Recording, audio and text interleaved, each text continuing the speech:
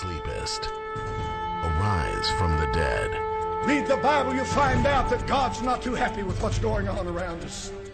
Redeem the time, because the days are evil.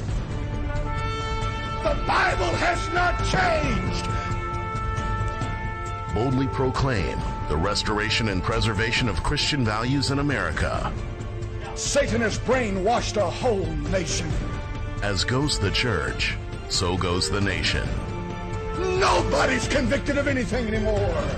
And now, here's Last Call with your host, B.J. Edwards.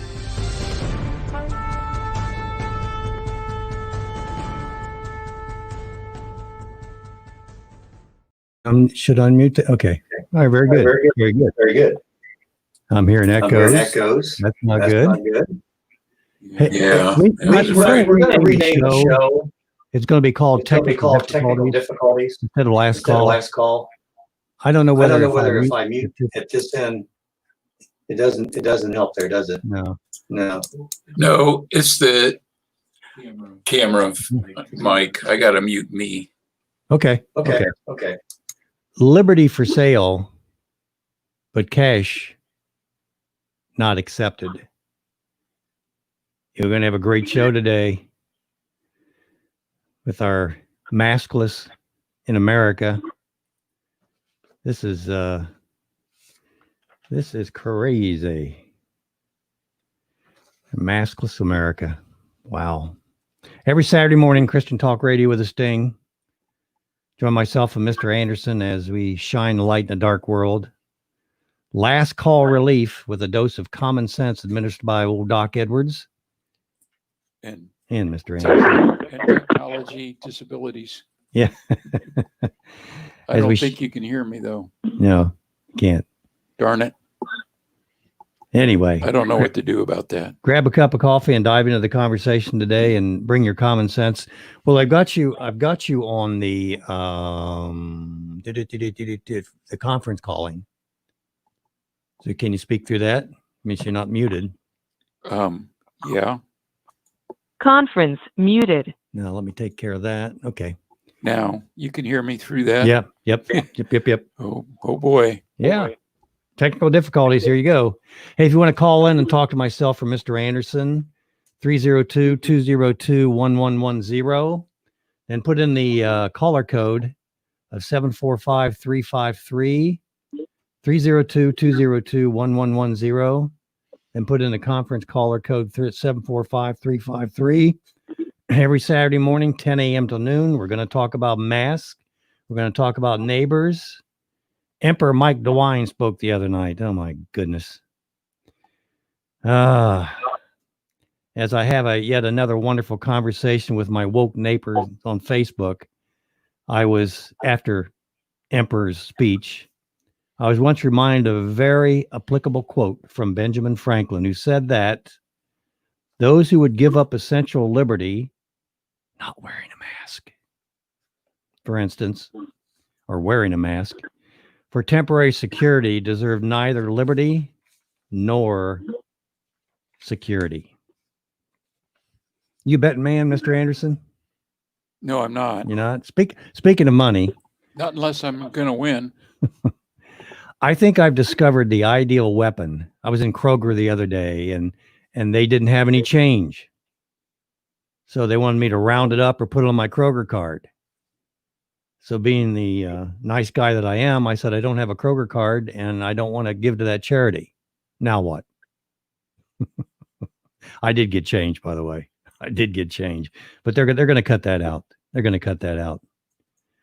As a matter of fact, we're going to go to a cashless society. You see it heading that way. And I think you all know that's not a good thing to have all of your information. I mean, what you buy is who you are, right? To have all that information. And hey, that's really not good. I think, let me get this out here. I think I have the foundation or the straw that broke the camel's back where they're going to get us to finally submit to no cash. I would like to reveal it on the air, but if I do, it'll give the government ideas, and I don't want to give the government ideas. Mr. Anderson, can you read this for me? Just read that for me, please. And no. Don't read it out loud. Don't read it out loud. Don't read it out loud. I don't want to give it away. Just read that to yourself. Yeah, I know. Read it to yourself, and then sign it and date it. There's a pen. Okay. And then we're going to reveal this when this actually happens. I'm going to put this in a hermetically sealed envelope. And when Mr. Anderson gets done with that, and again, the term I'm going to use is wetwood, WETWOD.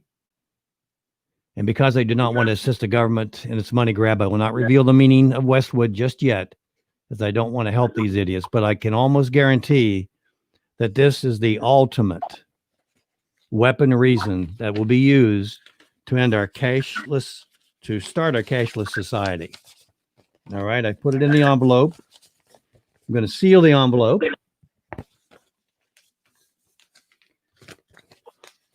And Mr. Anderson here, if you would, sign over where I sealed it to make sure. It's like magician trick here, right? Yeah. Well, so when we open it up, put a wax seal on it? Yeah, we'll do that as well. Okay, it will be the straw that breaks the camel's back when it comes to making money off of the streets in America, guaranteed. I'll place this information in the envelope that I did, and when the right time comes, reveal the prediction for all to see. Again, this is going to be the straw that breaks the camel back that'll bring us to a cashless society.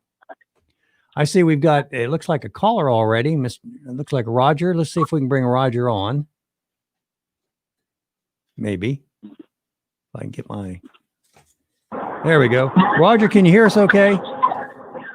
Yes, good morning, good morning. Are you at Sky High? Was out there last night and we'll be heading out later this afternoon. There's a good crowd. There was about 70, 75 last night into the evening. And the Pass the Salt Ministry has got a full day of activities today. And they're doing what's called tactical training. There's a number of individuals who are skilled in the area of guns and ammunition and protecting one's home. And they're going to be doing some different presentations this afternoon. Very good. Very good. Sounds very exciting. The heat will be bad, though. I think that's the one thing that it's kind of hard to get away. Most of their activities are outside, and I think the heat will be pretty challenging today. Mm. Yeah, but I was calling Jim about your program today. What's on the agenda? We're talking about mask, and more mask, and then we're going to talk about money and no money. Money. Well, I will stay unmuted so I can listen, or muted. I'll mute you. And bring me back in. When you get to the money topic, bring me back in. All right, brother. Roger, thank you very much for the call. I'm going to mute you. There you go. There you go. And by the way, I do want to give a shout out to those out at Sky High. If the representatives of the people betray their constituents, then there is no recourse left but in the exertion of the original right of self-defense, which is paramount to all positive forms of government. Alexander Hamilton said that. Again, I want to give a shout out to our brothers and sisters at Sky High this weekend at Buckeye Lake, Ohio. Good patriots, fine Christians. I'm going to even include Roger in that, who are preparing themselves and their families for the unthinkable, or is that the inevitable? God bless all you folks out there. God bless you. Stay cool. By the way, Mr. Anderson, I heard that they now have a spatial 911 type number to handle suicides because we've been so inundated with them. I can't imagine growing up in this environment where there is so much negativity. And I'm sorry, millennials. It is coming from the left. You got to get the family, the church, and now Donald Trump out of the road. And you're doing all that. We're already a lawless society. Look in Seattle. Look in Minneapolis. What's happening there? That's lawlessness. And we're looking the other way because we don't want to offend anyone. Give trophies to everyone, right? Right? Don't spank your child. Don't discipline them. Make friends out of them. And here's what you get. The question you ought to be asking when you look at Seattle, when you look at Minneapolis, when you look at New York, wherever, is where are the parents? Where are the parents? I mean, this is child neglect. They did not discipline their children. Learn authority and they learn morals in the home. What do you see in the streets? What the children learn in the homes, or what the children don't learn in the homes, what they learned in the schools. You know, they learned that life had no meaning. Evolution is a fact. Morals are relative, multiculturalism and diversity. Man, not God, is the measure of all things. And of course, the biggie, the state's your daddy. You need something, you got a problem, the state will take care of it. We have a virus right now, supposedly a pandemic. The government's going to be pumping more money into the public, and it's going to have to happen. The Republicans are going to have to roll over. The Republicans are going to have to roll over and let this happen. Otherwise, yeah, we're talking about buying votes here, right? We are buying votes here. The left are doing everything they can to destroy what is left of this Christian society, of this constitutional republic. Public opinion means so much. And where are our children? Look what's happening to them. If they don't shoot themselves or their classmates, they'll get drugged up and overdose. They've established a national line for suicides. Think about that. Life has no meaning, right? Huh? Isn't that what they teach? You're born, you're primordial sludge. You're a cosmic accident. If it feels good, do it. Oh, I'm sorry. That's back in the 60s, aren't I? Sorry about that. Well, you got one of those here. And or two. We have so much cauterization, firming up of the hate for one another, and it continues. And I'm going to get into it to leaders' responsibility. And the state of Ohio leader has failed miserably in terms of healing his state. Mike Almighty, I call him. The God of Ohio, the Emperor of Ohio. I didn't like him when he was a senator. He was a liberal, turning leftist, government control guy. Snuck in after they didn't elect him, snuck back into Ohio politics and ended up being the governor. Thank you very much, Ohio Republican Party. I'll send you another check real soon. This is nuts, folks. This is absolutely crazy. What we've done, we're a lawless society. The family, the fathers, we failed. We flunked the test. Pastors, you flunked the test too. And you're leaving us with politicians to pick up the pieces. And you know what they're going to do with that? They're going to collect them in a power grab. A power grab. This is not good. What's happening here? Can it be stopped? I think so, or I wouldn't be here on the radio every Saturday morning. I wouldn't be out talking to city councils, which I did this week. The Delaware City Council is where I'm near, where I live in that county. And the sheriff. And yeah, I've been talking to the sheriff as well. Yeah, me too. And that's what we need to do. We need to let them know that, hello, we're here, we're listening, and What's we that want knocking on my door? we want something to change. B.J. Edwards along with Mr. Anderson, your last call. Hang in there with us. We'll be right back. Last Call with So loud. BJ Edwards. Real talk about real life.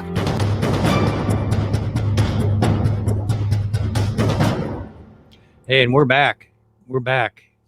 We just, this is, oh, these are interesting times, as the old Chinese proverb says. May you live in interesting times. We certainly are. City Council. Can we, are we attached to Facebook? Or people talking on that? Are we, any problems we're having broadcasting that you know? Well, yeah, we are. Broadcasting or having troubles? I don't know If of we're any broadcasting, we're having troubles. trouble. We are. All right. This week, the city of Delaware, Ohio, conducted a meeting, and it was virtual. It wasn't live. It was virtual. I assumed because it was virtual and they've gone that far that they were going to go ahead and pass mask regulations, that you had to wear a mask in Delaware County or in the city of Delaware because of all the COVID cases, which are minimal. I mean, we're in the tens or less. And deaths, I mean, maybe one or two, maybe. It's really hard to tell anymore. But we attended, a lot of the residents, a lot of the conservatives, a lot of the people that respect their liberties and aren't accepting this Fox pandemic. Does COVID-19 exist? Sure it does. Does it kill? Sure it is. Does it cripple? Yes. But is it worse than any other flu we've ever experienced? If you take a look at the numbers that are supplied by the emperor and those that want to grab power, well, yes, it is. But if you really look at it and you look at the counts, it's kind of questionable. Everything is unknown. Wear a mask, don't wear a mask. Double count? No, we're not double counting. Well, we did at this one point. Only reporting a certain percentage, like in Florida. And remember, we did the initial, when we first started out on this journey in terms of doing the comparison, we went to the CDC and we found out we're going to compare the flu deaths with the coronavirus deaths. But the problem was the flu deaths were estimated throughout the years. Oops. And they are doing the same thing with the coronavirus. I can guarantee you that. I still want to see the real number of deaths in Ohio, in the nation. Not attributed to coronavirus, but the real numbers. Are they going up exponentially? I shouldn't say that because they'll start fudging those figures as well. But anyway, a bunch of us attended that meeting. A bunch of us did online comments, and they read the comments, and there was a lot of comments that said, hey, masks don't work. Masks are unnecessary. Masks are a placebo. Masks could get people in trouble because they think they work and they don't, and they're going to put themselves in dangerous situations where they shouldn't be. If you're in an astronaut suit, then you're okay. Aside from that, I don't know, folks. Gotta live in a bubble. So this, what it was, Tuesday night, Wednesday night, prime time. People are just getting off work, getting home, getting ready to eat dinner, rushing in and turning on the TV. And what do they see? They see Mike Almighty, the governor of the state of Ohio. And watching his recent primetime sermon, I couldn't help but wonder whether his chastising and shaming selected citizens, what he was doing, was meant to strengthen or further divide our state family. I don't know whether this was on purpose or not. And I don't even know whether he knows that or not. And how would the Right Reverend DeWine, who is a multimillionaire in spite of his never having been in business, in the business world, basically a politician all of his life, how did he become a multimillionaire anyway? Huh? Yeah. How money is the power to make decisions, by the way. How would the Right Reverend DeWine, how would his 11th commandment, thou shalt wear a mask? He's not been a pastor either, by the way. Affect churches, affect businesses, affect communities, neighborhoods? And more importantly, how would his commandment affect families that are already sorely divided on the issue? His speech further cauterized, and I'll get into a little example of it later on today, further cauterized what is happening in this community and the division between wear a mask and don't wear a mask. Fear as versus respect for liberty. Fear as versus facts. During his primetime 45-minute TV condemnation and unsubstantiated fear-mongering, did he encourage church spirituality, bring families and communities closer together, or further estrange them? He further estranged them. Mike Almighty. Note to Mr. DeWine, government officials like yourself, who are fortunate enough to be given leadership roles, do well to serve their constituents.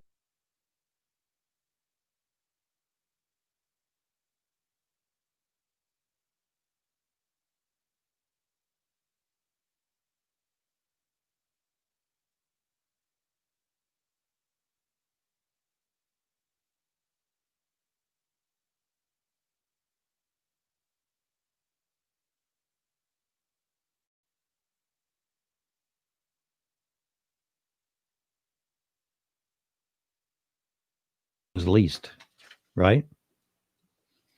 I pray in the future that our governor be more prudent and empathetic when it comes to critical institutions in our state, especially the family, which is the foundation of all civilization. He is entering the families in Ohio and saying, Father Mike DeWine knows best. Your father, nah, sorry.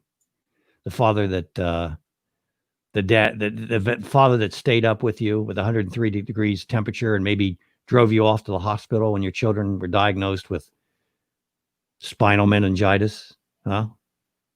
Where was Father Mike then? Now he knows best.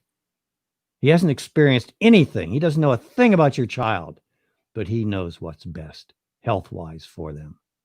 Health-wise for the nation. Never been a doctor. Has no idea what businesses need to do and what businesses don't need to do. He's still getting paid his salary. He's still a multimillionaire. So it doesn't make any difference to him that people out there are hanging by their fingernails. But he wants to play God,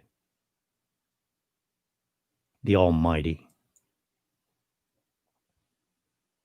He shouldn't be trying to tell us what to do or how to do it. And by the way,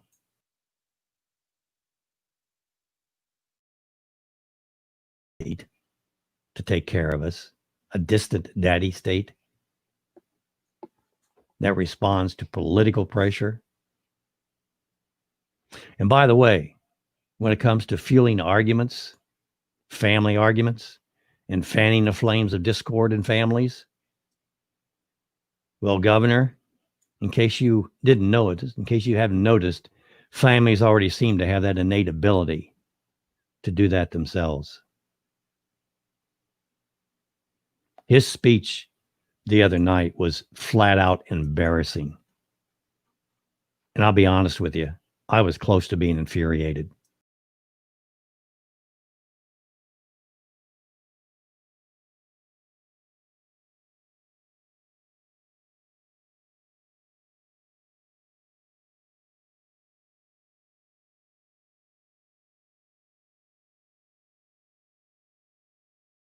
Shouldn't have said that. That son of a gun will probably bring that up. That is so sad.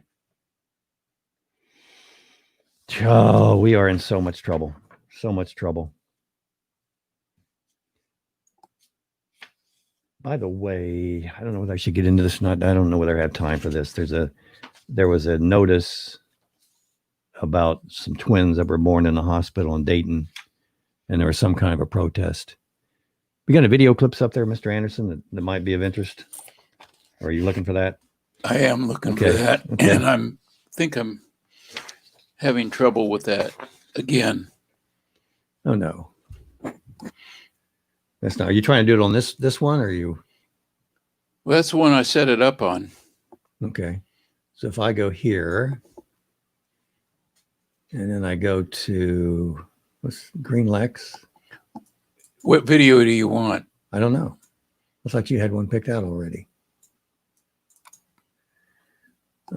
Something with regards to Florida being embarrassed by DeWine. What is that? That's a little news clip that I copied from a Facebook post. So if I try any videos in this, it won't work. You don't think? It should. Sheriff Butler County, is that a video on mask? That's an audio. Let's try to play it. How's everybody doing today? I'm the Butler County Sheriff, Rick Jones. I'm here I today. don't know if man. they can Our hear that. phone, we're getting calls, we're getting emails, we're getting texts. The governor has, I believe, he's just completed the mandatory mask wearing for Butler County, several of the counties in the state of Ohio. Bill, can Will you be hear the sheriff? mandatory, the mask wearing. And I'm here to, we don't have the orders, what he's put out yet, but I can tell you this, that I want to make sure everybody understands. I am not the mask police. I am not going to enforce any mask wearing. That is not my responsibility. That is not my job. People should be able to make that choices themselves. I didn't put this order out. Do you hear that, Governor? And it's getting to the point. People are scared. People are calling and asking, do we have to wear the mask in our house, in our cars? It's getting kind of ridiculous In our at cars. this point. But I believe, as the sheriff in Butler County here in Ohio, the economy is starting to try to get back to where it was.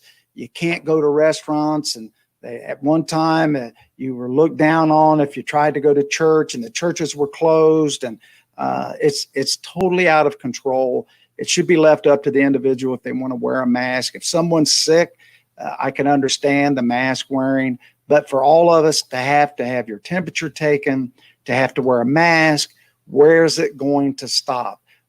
I've checked with some people that I know that work in the hospitals, the hospital staffs. Most hospitals in Ohio Okay, have that's laid planned. people off because of this. They've laid people off. You go to the emergency room, you have to wait longer. There's people that are still not working because of it.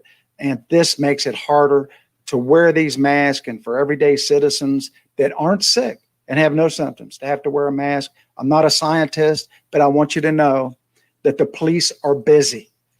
Our budgets have been cut. The fire departments, everybody has less just in the past few months. This does not make it better. What you have is don't call 911 because someone is not wearing a mask. If the health departments Incredible. want to control and take care of Incredible. who's not wearing a mask, let them put a little yellow light on their car and they can stop people and go in. There you They go. will not like the response. People are tired. They're wore out. I think we could have done this in a different way, but make no mistake about it. I, as the Butler County Sheriff, am not enforcing any mask wearing whatsoever to the public, and my deputies will not. More important things to do. It's all we can do to keep up with fighting crime, locking people up and making sure they're safe and the employees are safe. But again, I'll take any questions. I have a few questions over here. Would you like to ask me a few questions, please? Sheriff, it looks like you're getting a lot of support on Facebook, reference people not having to wear masks, or you're not enforcing them to wear masks. Do you think it's hurting businesses? Oh, it's killing them. All you got to do is drive by the businesses and talk to business owners. I know people that are waitresses and waiters and working barbers that have lost their business, have lost their shops, and they've made them sneak and have to do things that they normally wouldn't do. And it's killing us. Please try to come down and talk to regular working people. I'm not a scientist. I'm not a doctor, but hey, wash your hands, keep yourself clean, wear your mask. That should be your choice. Unless you're sick, then that's a different story. But to come in and make it mandatory, you're not helping anything. But I want people to know that the sheriff's office, now I don't know what other police departments do, that'll be up to them. But I can guarantee you that they're not going to enforce this. And people are going to call the police. Don't call dispatch centers in Butler County. Don't call mine anyway, the sheriff's office. We cannot respond to people not wearing masks. Call the health department. They want to enforce them. Like I said, let them put a little light on their car and they can go out and they can stop people.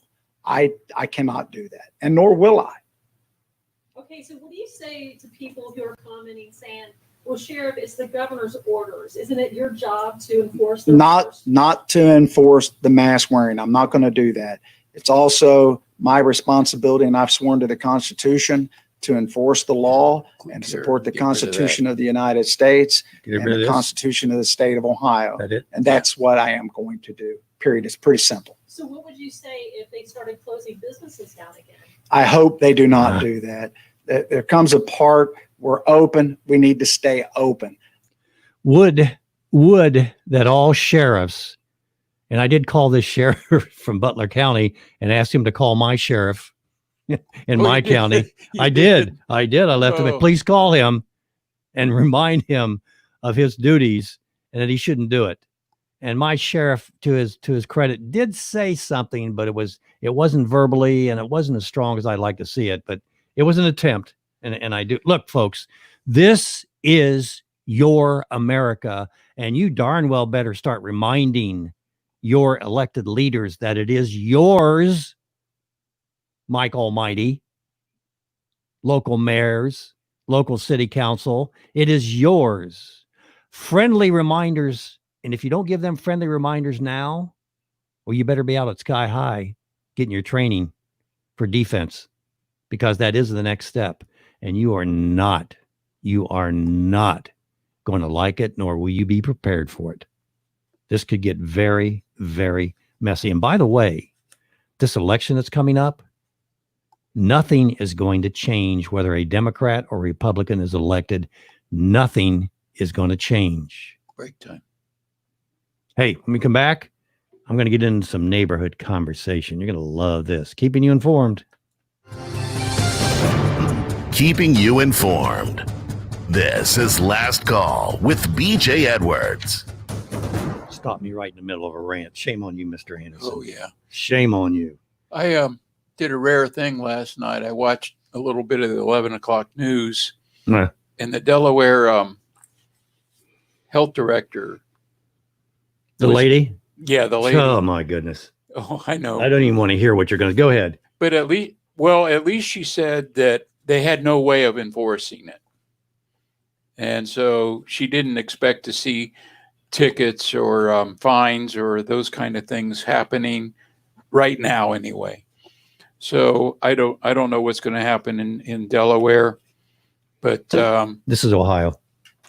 Yeah, Delaware, Ohio, with the new mask mandate.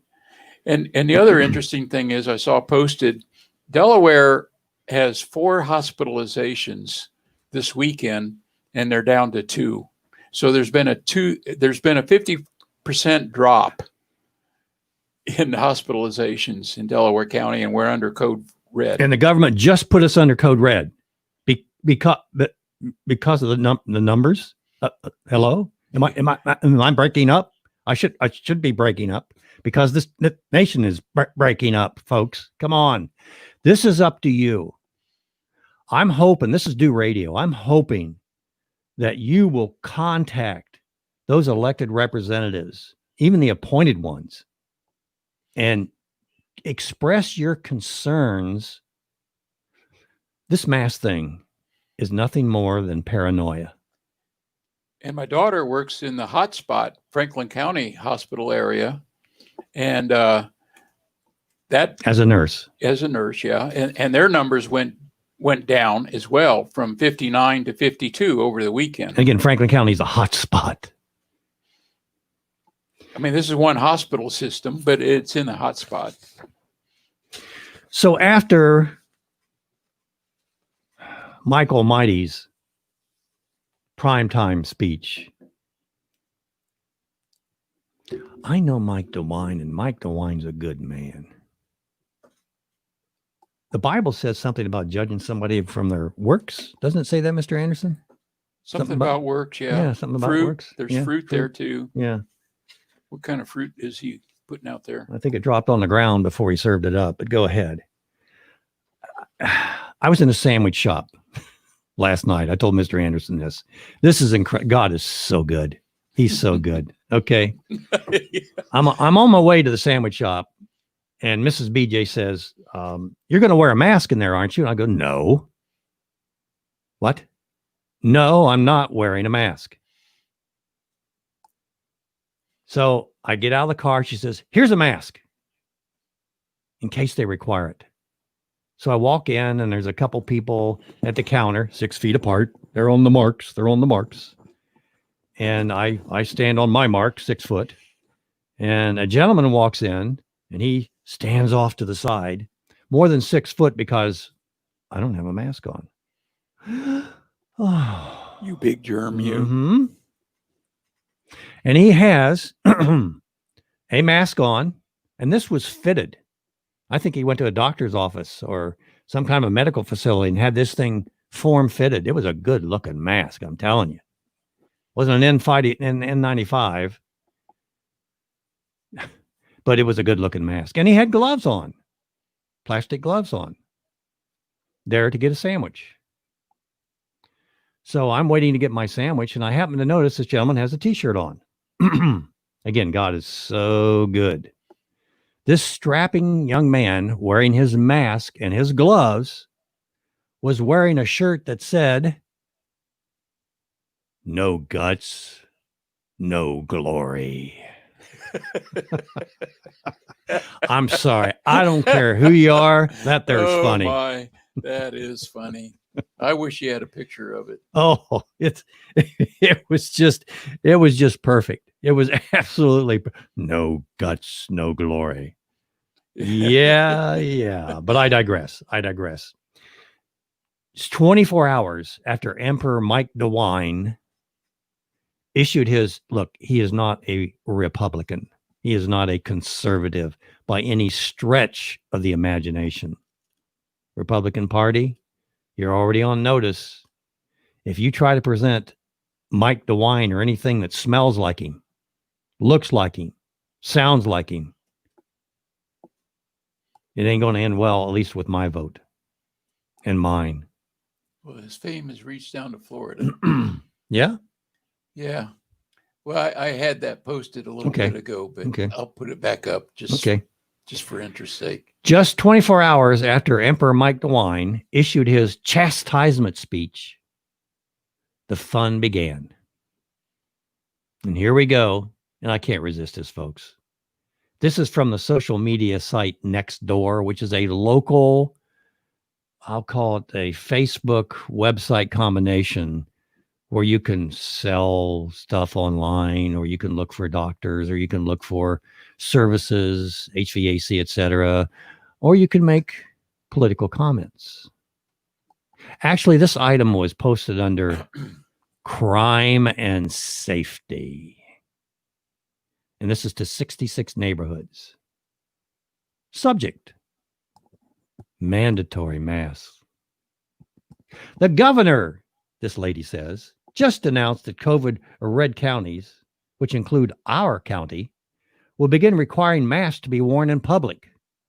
Let's get a handle on the spread of COVID so our kids can go back to school and can play sports this fall. And now the comments. First, Sue responds. A lot of women responding to this, by the way. Please wear, the husbands are all out working, right? Yeah. Please wear masks in public places and practice social distancing. Then Karen, I still have masks in a box under the mailbox. Take what you need. Take more to have a few to wear while a few are being laundered. Be sure to account for the laundry sock monster's new appetite. I'll try to keep up with restocking the box. Then Jeannie responds, you're so sweet to do this. Oh. Kathy, This is so kind of you. Oh, Lynn. Yes, and please wear the mask properly over your mouth and nose. She didn't say eyes because anyway. Having the mask pulled down below your nose serves little or no purpose. And thank you, Karen, for providing mask. Then Connie pipes in. I don't care if people think it's real or not. I believe the CDC, WHO, and a number of people who have died so far and given their stories of recovery that it is definitely real. But that's okay if you don't believe it, as long as you wear a mask so my husband and I don't get it from you. And then I had to pipe in. And I sent them a video which had a doctor on it who is documenting that masks don't work. Silence. Michelle, I have a few extra masks if anyone's interested. Just personal message me. Me again. Where can you find masks that guarantee protection against COVID-95? Or COVID? N95 won't guarantee it. Look on your box. What brand does, please? Look on those box. Please send picture of box so I can be sure that I'm protecting others.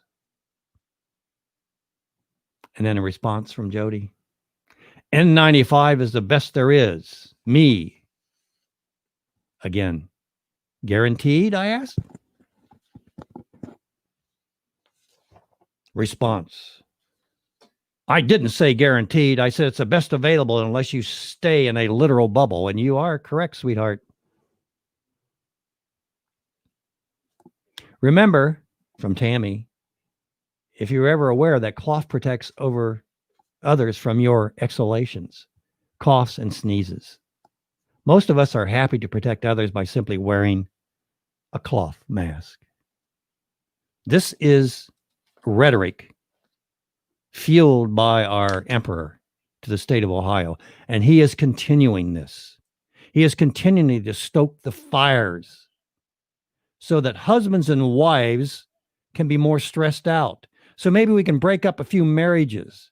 So maybe children will have even a better reason other than government-run schools to not like their parents, to disrespect their parents. Yeah, this is good stuff.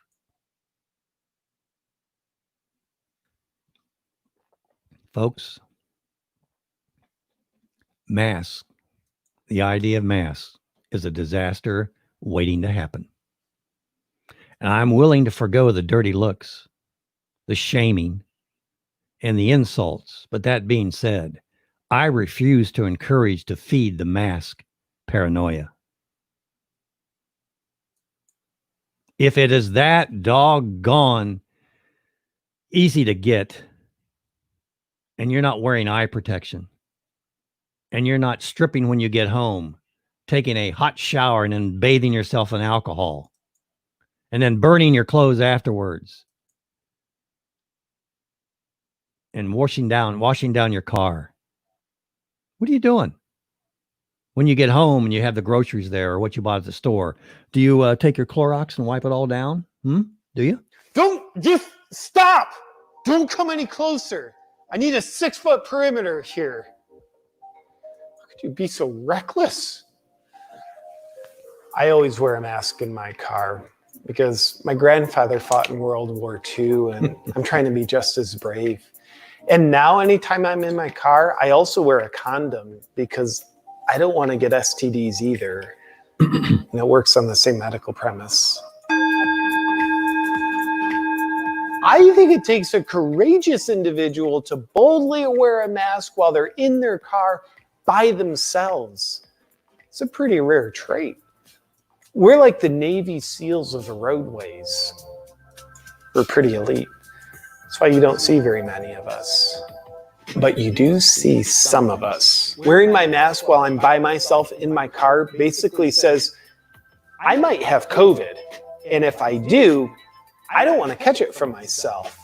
Because when I'm in my car, I'm within 6 feet of myself. So technically, I'm breaking social distancing rules, and I don't feel good about that. I got my degree in being under a trance from the State is Deceiving Me University. If there's one thing I love about airplanes, it's breathing the recycled air. And my commitment to wearing my mask in my car gives me the same recycled air purification while I'm in my car. It's innovative and cleansing. It's like we're basically in flying cars now. When people see me drive by in my mask, I know what they're thinking. Thank you for your service to our country. You know what, people? You're welcome. They're definitely also thinking, he's an inspiration. That's a powerful virtue signal. And he's probably really well versed on the latest virus knowledge. When I get out of my car, I put on a mask over my mask because I don't want my mask to get infected while it's protecting me. Do I take my mask off at home? No, I'm not suicidal. I also walk with crutches just to take weight off my knees to help prevent me from getting a knee injury. I think it actually strengthens my legs and character.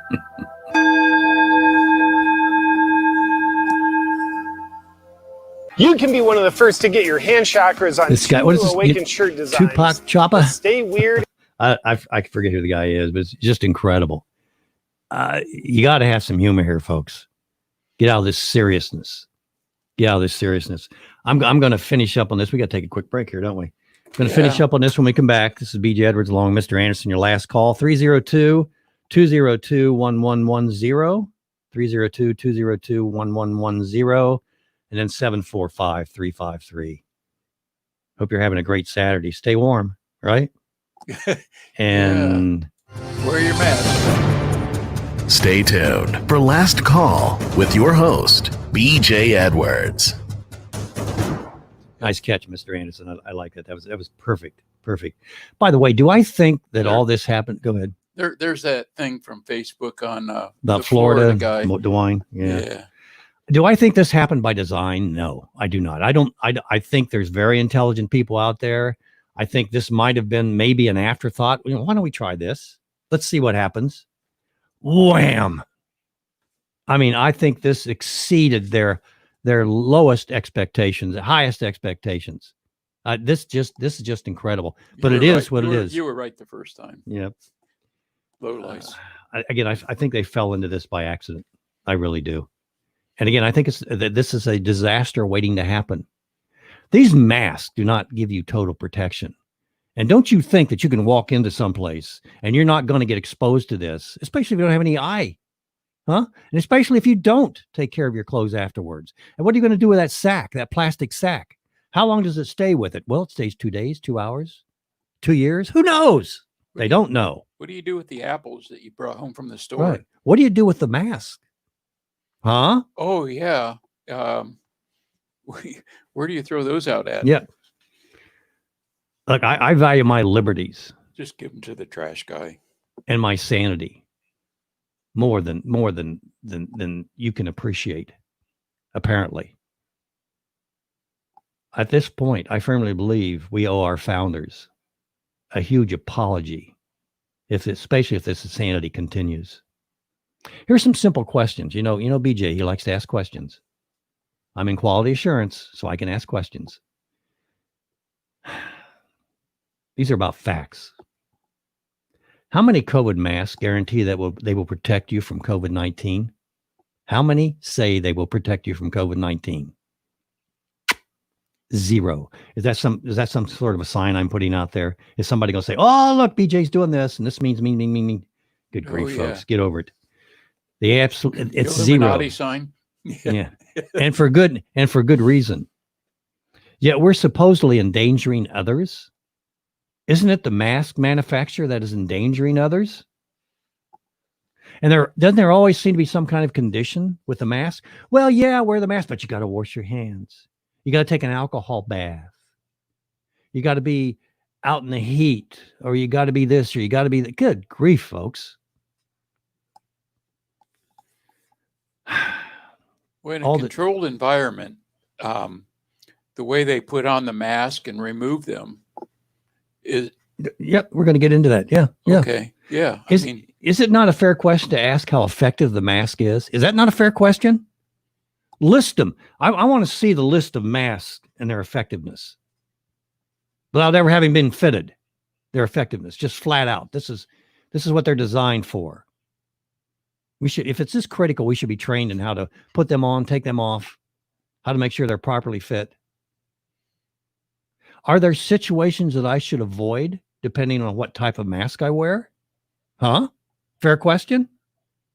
Could I be exposing myself to unnecessary risk, like I said before, based upon someone else's faith in mask? Oh, I like this one. This one feels good for me. And I was here and there, and I was so protected. And that's going to work for me too? Boy, talk about faith. You know, it's interesting. We're in the situation we're in today with no morals, with no justice, because we've given up on the Bible. We've given up on the truths in the Bible. That's really what we're showing here. That's what God is exhibiting to us. That's what he's bringing to our attention. And unless we get back to that, unless we get back to that, all this is nonsense. You can't protect yourself. I don't care how much faith you have in the mask. You can't protect yourself. There I go again. What if the mask I use only protects me against a small percentage of the virus? What percentage of the virus does the mask protect me against it, right?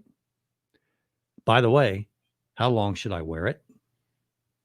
2 hours, 2 days, 200 years? How long?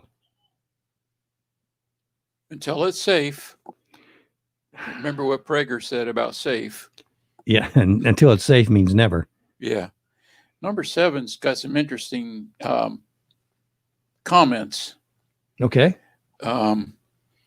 First one I see is here in Florida, they are only reporting positive cases, which gives them 100% rates, not including totals of tests taken or reporting negative cases. He says, hospital that I currently had surgery in is reporting 100% positive cases, which would mean everyone has COVID. Right. And interesting note about mask. He says isolation and washing are all part of an old age occult ritual. Yeah, I don't know much about that, but interesting comments. Yeah, in the spiritual realm, there may be some messages sent here. Remember, who do you have more faith in, the mask, hiding, or God? Which you have more faith in? And are you telling the spirit world that, I need you, I need your help, danger, danger, warning, warning, come help me? And they'll come help you. They'll come help you. They're looking for a crack in that door. Trust me. You can make a case for it. Doesn't make any difference. Regardless of where you're coming from, this is a bad idea. A bad idea. By the way, can I tell you a little funny story? Go for it. Well, I'm going to physical therapy, and the only time I do put a mask on is because I need this therapy to get over some issues. So I wear a mask. So I'm sitting in the waiting area, and man, I sneezed, and I sneezed hard. And I'm sitting there with my mask on. And when I sneezed, I looked at the people around, and I just said, boy, that made my mask nice.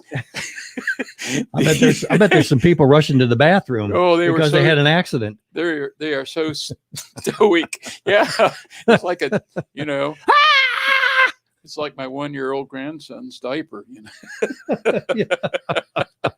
That's just, look, how do you put a mask on? Seriously, do you know how to put a mask on? And by the way, are you supposed to continually adjust it? Huh? Well, what do you do when you sneeze like that? Empty it out and just put it back on. By the way, how do you take the mask off? What's a proper way to take the mask off? If you wear gloves, what's a proper way to take those off? And like we said before, what do you do with them after you're done? Is there a hazmat surface that comes pick these up? No, you just throw them in with the garbage in the trash, right? Yeah, and then your dog gets into it, and the dog comes into the house, and there you go again. You got to have Stanley Steamer come over and clean the whole house, including the furniture up and the curtains. Come on.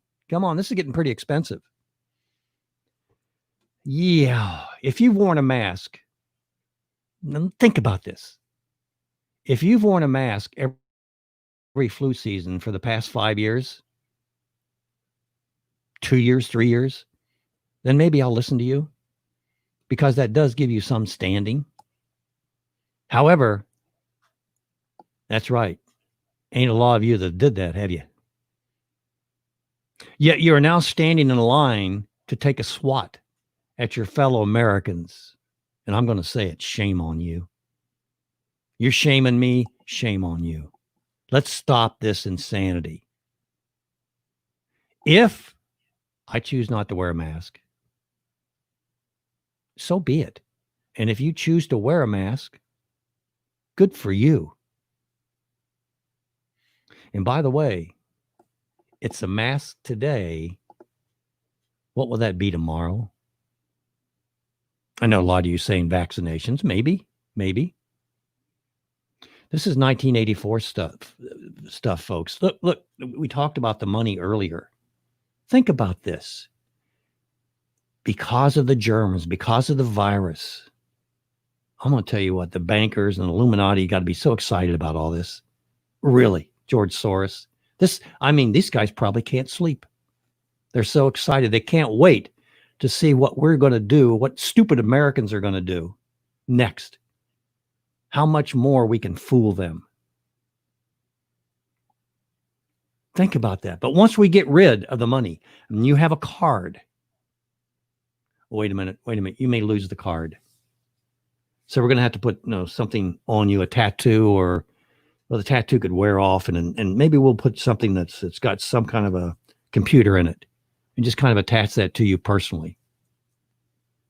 Let's just stick with the card then, okay? Let's just stick with the card. You express a public opinion like the officer in the local city I'm next to, and it doesn't meet up to community standards. Guess what's going to happen to you the next time you try to use your card? Wait a minute. It's rejecting. It says I need a new password. Yeah, check with the government. They're going to issue you a new password. Sure they are. You don't understand the kind of hole that we're digging here, folks. Again, I am not saying that the virus is not real. I'm not saying that at all. But we've done more damage out of fear to businesses, to marriages, to families. Those of you that worship public education, look what it's done to public education. You don't even know what's going to happen this coming school year. And gee whiz, you can't homeschool. Oh, you're not qualified to do that. You got to think, we started with the founding fathers, about John Q. Adams, John Adams' son, and the sons and daughters of the founding fathers. These are some pretty smart cookies. Okay, the genius of the founding fathers. Look at the Constitution. Look at what they set up. I mean, this has had a pretty long run. As a matter of fact, they were so good and we've been so prolific that it's really hurting us. We're spoiled rotten. We live like kings and queens compared to other nations.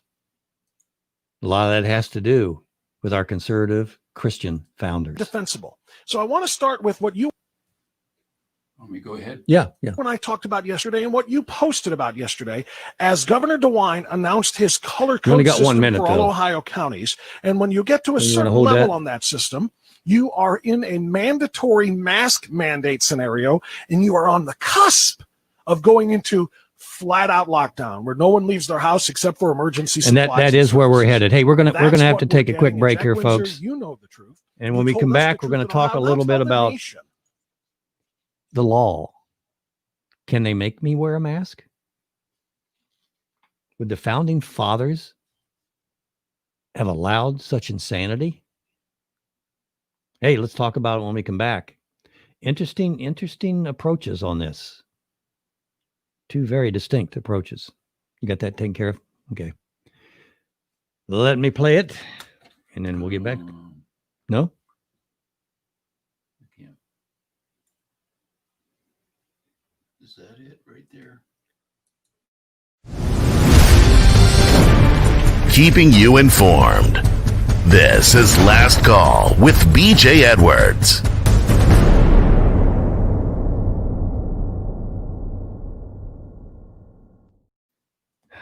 Coming to you live Now we're back. from our underground studios. Carefully, if You you know, gated you and know. cleaned every Right, 15 right, minutes. right. We, For certain. in fact, the next break, we have to have the cleaners come in and spray it down. We've been talking. Is this 6 foot? We've been talking about the insanity, the paranoia of mask wearing and what it's done to our nation.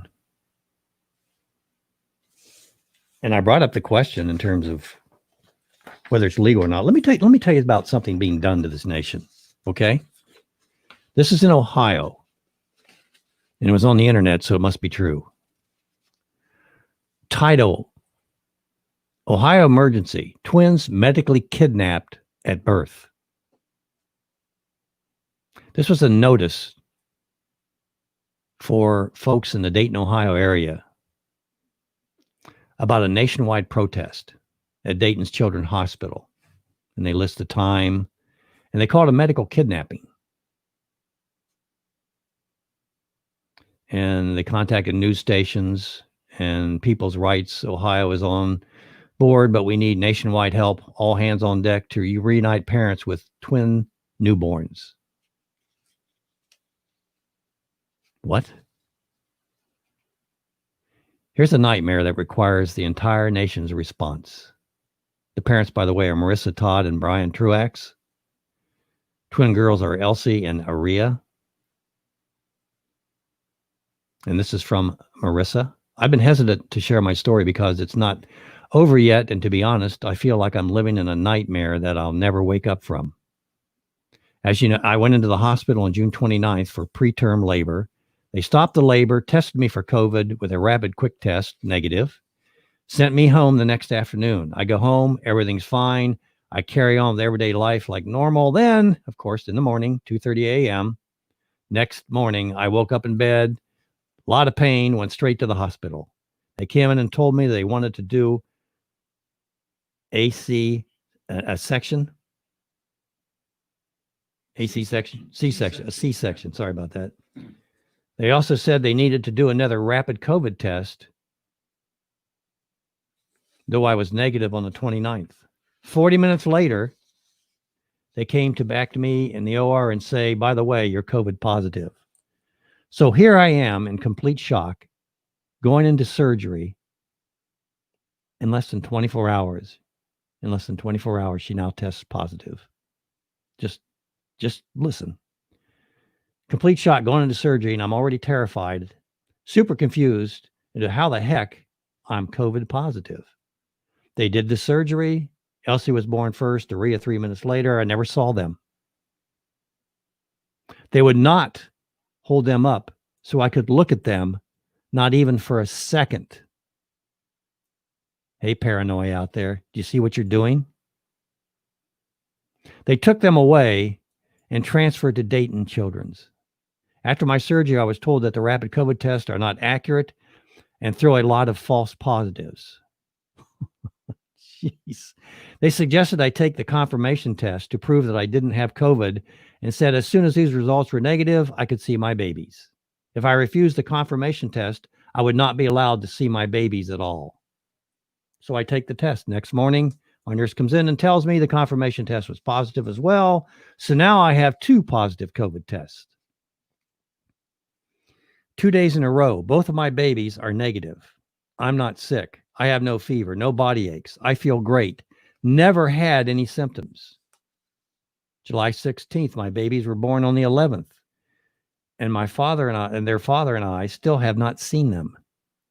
Even with a negative test, their dad is not allowed to see them until he has second negative test on July 20th and then to discuss allowing us to see our babies maybe on July 22nd. My babies are perfectly fine. They're so healthy and strong and perfect, we hope. They need a little help eating at the moment because they're still a little small, but that's it.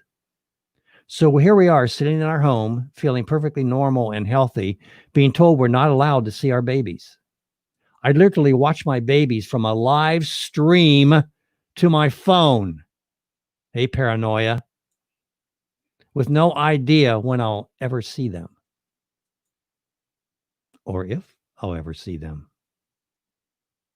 Don't you think that mother isn't thinking that? What happens with one of those babies if something tragic happens? Shame on you.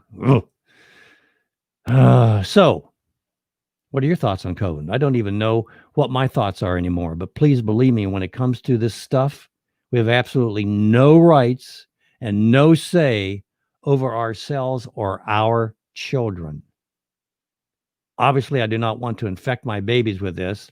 I never want to jeopardize their health, but I feel fine. How am I even positive? But anyone who is pregnant or about to give birth, please keep me in mind. If you come back positive, you do not have any say on what happens to your baby. I wouldn't wish this on my worst enemy. Yeah, we got to be safe out there, don't we? Got to be safe and sure.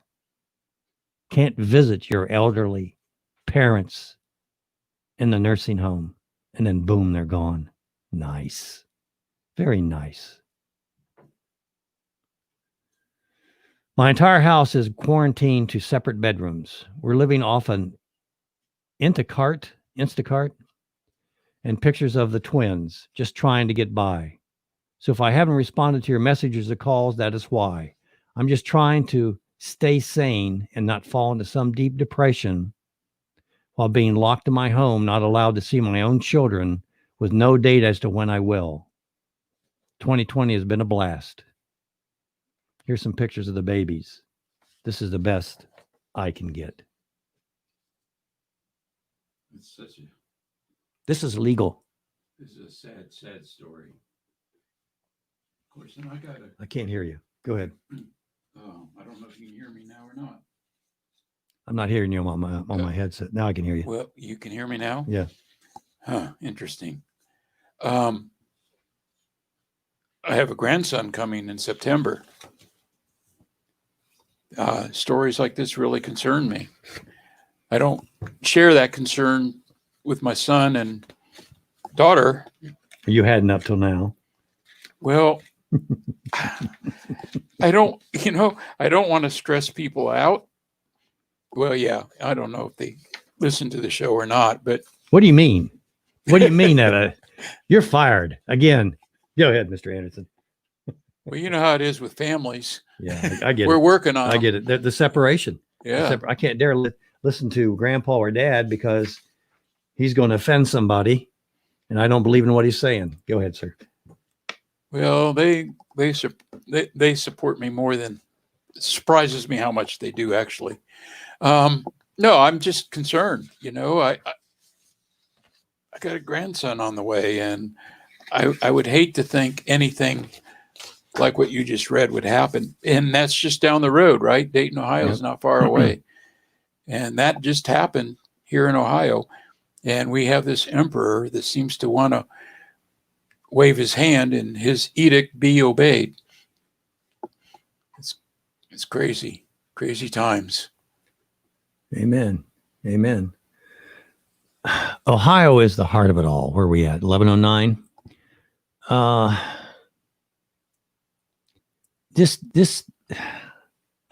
stunned by what's happening here. And it happened so quick.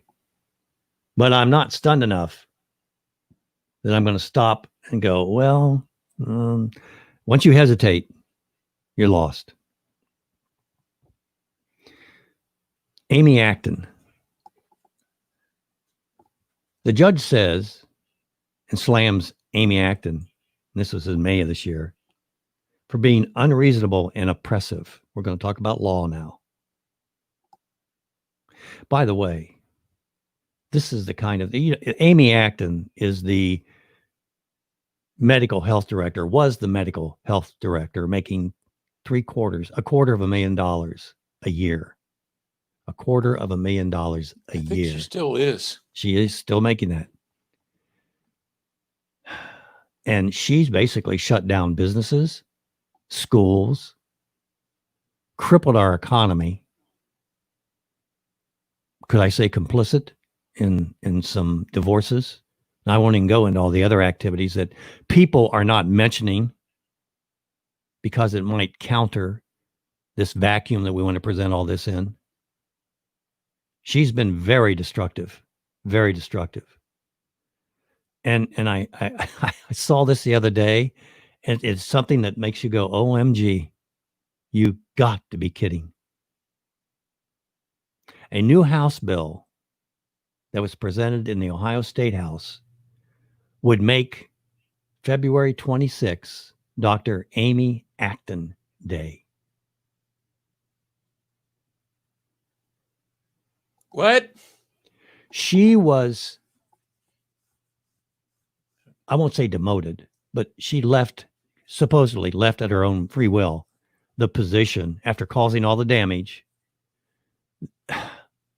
Mike Almighty, who knows very little about her, I think. Gosh, I hope that's the truth. Mike Almighty said, stay with us. We'll continue your pay. And then we'll hire somebody in your place. By the way, that person's making $150,000 a year. So we're close up to $500,000. By the way, taxes in Ohio are going to increase as well as across the nation.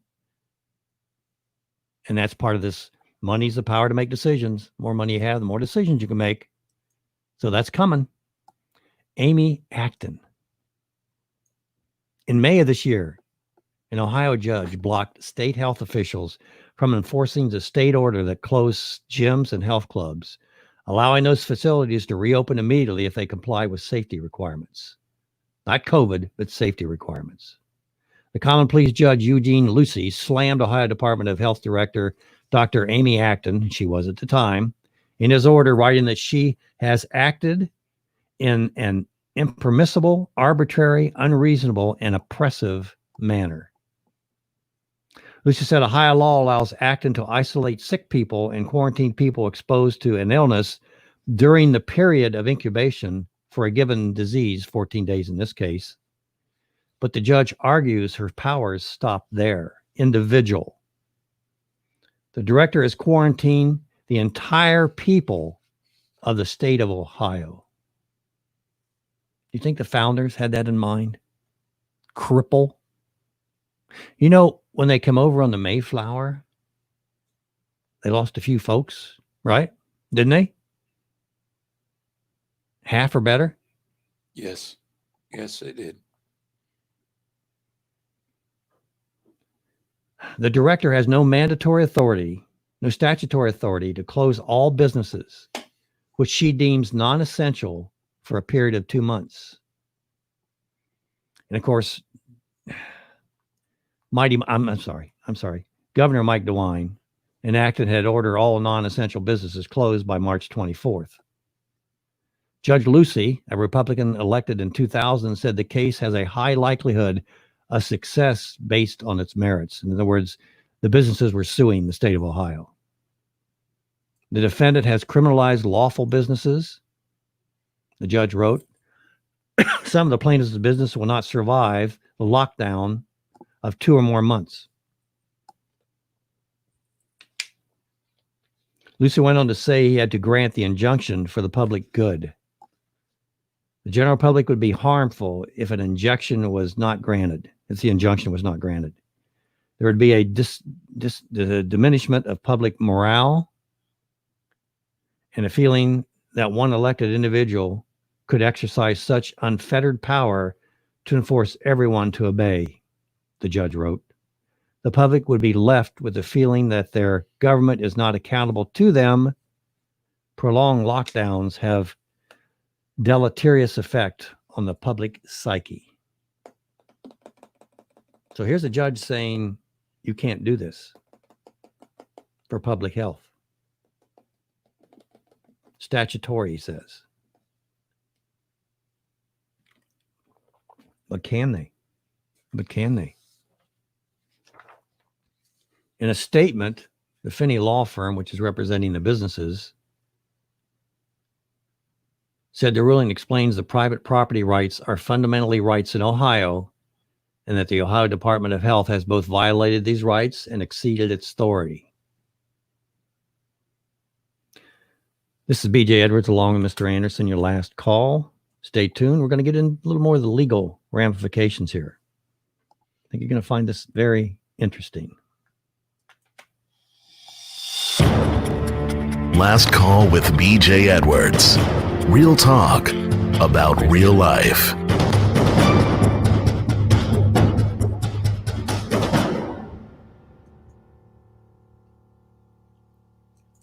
And we are back. BJ Edwards along Mr. Anderson.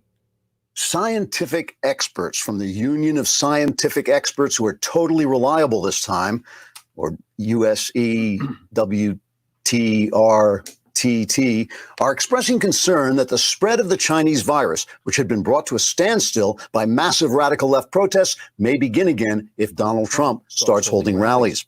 USEWTRTT spokesman Dr. Seymour Mendacious, who has a PhD in amazingly accurate predictions, said that computer models from the absolutely believable computer model company are predicting with amazing accuracy that if Trump holds rallies, the virus could suddenly spread to totally innocent people at utterly peaceful riots and may even cause them to drop the TV they were heroically rescuing from the burning electronics store.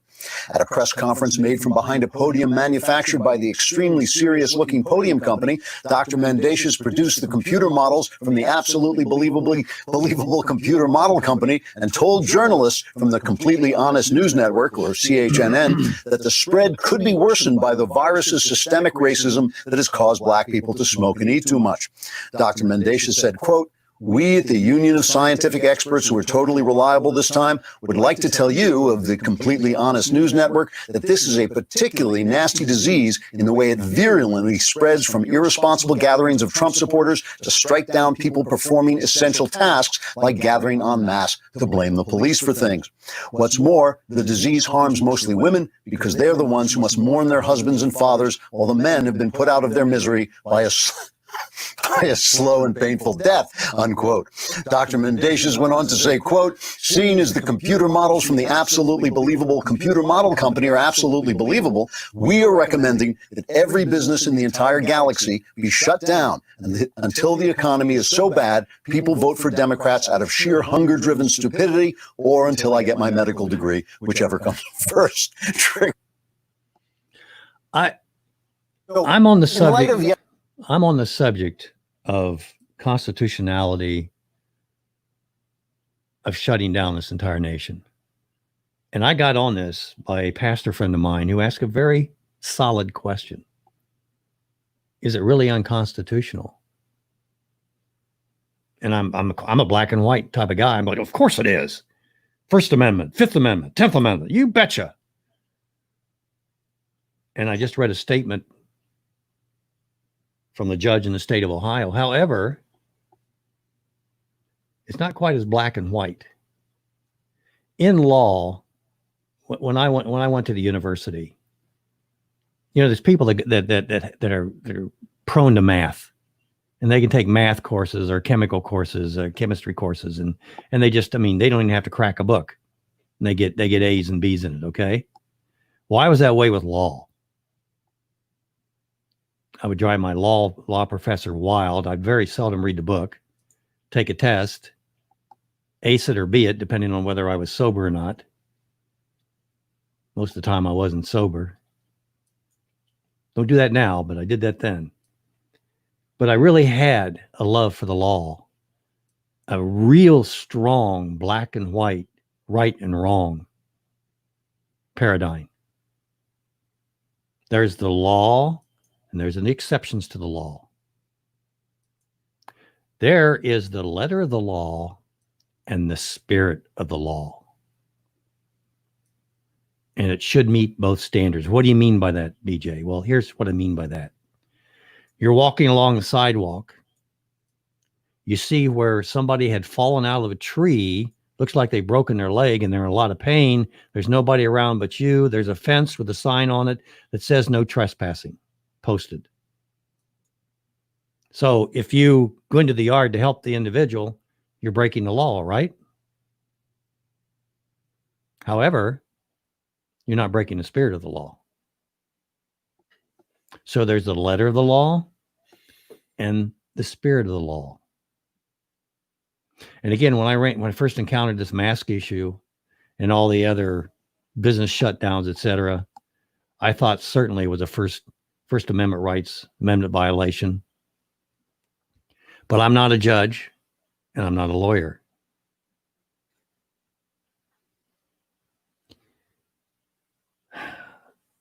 There's some assumptions here that we're making when we talk about the law, especially when it comes to masks. Definite assumptions. I could make a case that it isn't constitutional, a strong case that it isn't constitutional. I could make a case that the government, the state government, or perhaps the feds, for health reasons, could make you stand on your head for 10 minutes a day. Mandatory. And if you don't, they'll fine you. I can make a case for that. We need to keep the letter of the law and the spirit of the law intact here. I tried to get a hold of John Eidsmoe, who's a constitutional expert, and was going to have him on the show today, but was unable to make that contact. So I'm not speaking to you as a lawyer, just somebody that has a definite appreciation for the law and for the Constitution. And I can't believe that the founding fathers, in their genius, would have ever allowed the government to do what the government is doing today, be it federal or state, to damage this nation so thoroughly by using quote unquote laws, constitutional laws. Again, I don't know for sure. I don't know for sure. I thought I did, but I do appreciate my pastor friend asking the question. I'm still researching it. But I can tell you right now that these laws are not based on fact that are being passed. The mask laws, the social distancing laws, they're not being based on facts. They're being based on emotions and motivations. There's people that have a lot to gain by controlling others. And sadly, I think there's governors in states, my state notwithstanding, that are getting a high out of this power, boosting egos, increasing their importance at the risk of life and livelihood.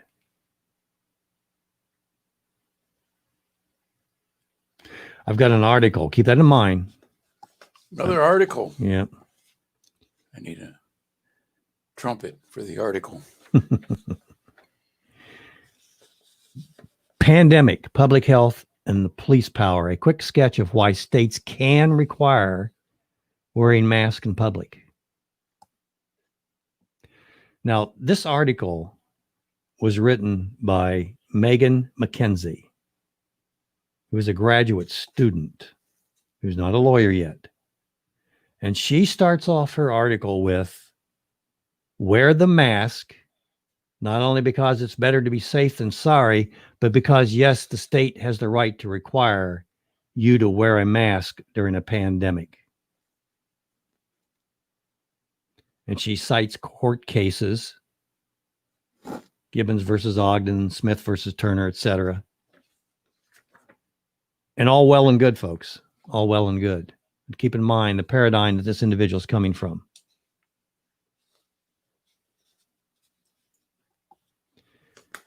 And I think we need to be very careful in our jurisprudence, if you will. Here's another article. Requiring masks does not violate your constitutional rights. Jim Matheny. It is a violation of your constitutional rights for the government to order you to wear a mask indoors during the COVID-19 pandemic. Is it? The constitutionality question was raised Wednesday by Knox County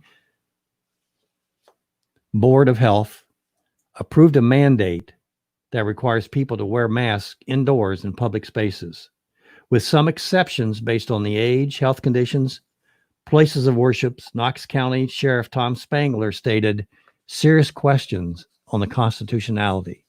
So we have the sheriff who, by the way, can question these exercises, whether to wear a mask or not. So the government, the state can order it. The sheriff might be able to nix it. And that's why I've been trying to keep in close contact with the sheriff here locally.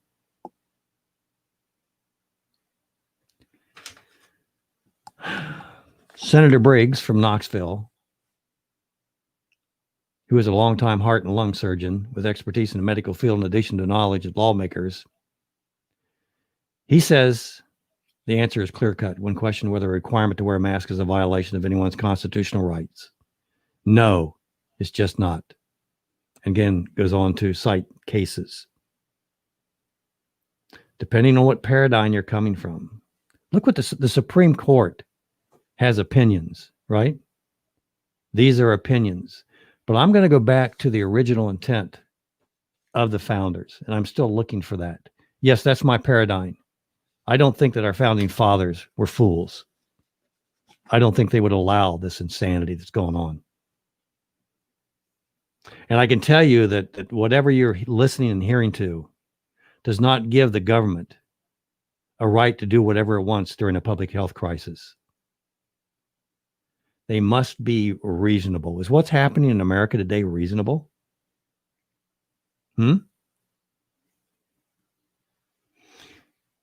There were restrictions the court struck down in Kentucky because it prevented people from going to drive-in church services. You got the church and state issue. That restriction was unreasonable based on the fact that you could drive to other locations. Again, the insanity of all this is just, it's overwhelming. Again, you can have somebody verify the Constitution allows governments to require masks during a COVID-19 pandemic, but you got to prove that this really is a pandemic.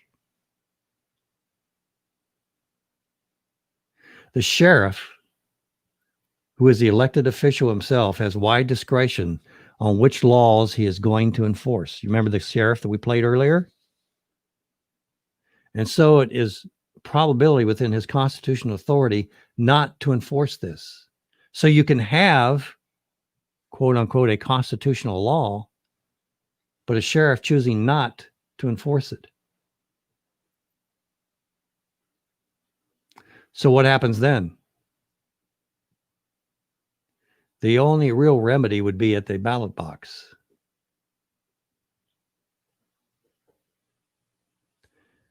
This is not as cut and dried as I'd like for it to be, nor it is cut and dried as the opposition would like for it to be, or the governor of the state of Ohio. Do you, because it's supposedly constitutional, will you allow your nation to be brought to its knees? Gosh, I hope not. But it sure looks that way. I don't know if this video clip will help a little bit after the break, but Okay. I can play it and stop it whenever.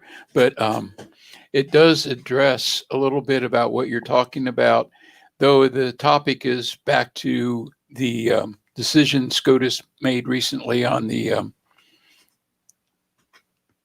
hiring, firing of based on sex. Mm-hmm. It does talk about literal interpretation and the original intent of the Constitution, and they do bring up those points, which is kind of an interesting piece of the topic, at least in my opinion. It truly is. It truly is. So Go ahead. So I can hit that after we hit break. Okay. Yeah. Let me take care of the break. This is BJ Edwards along with Mr. Anderson. Love to talk to you. 302-202-1110.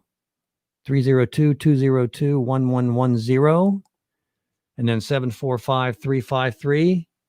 Your last call. And boy, we may be into that. Sheesh. Stay tuned for Last Call with your host, BJ Edwards.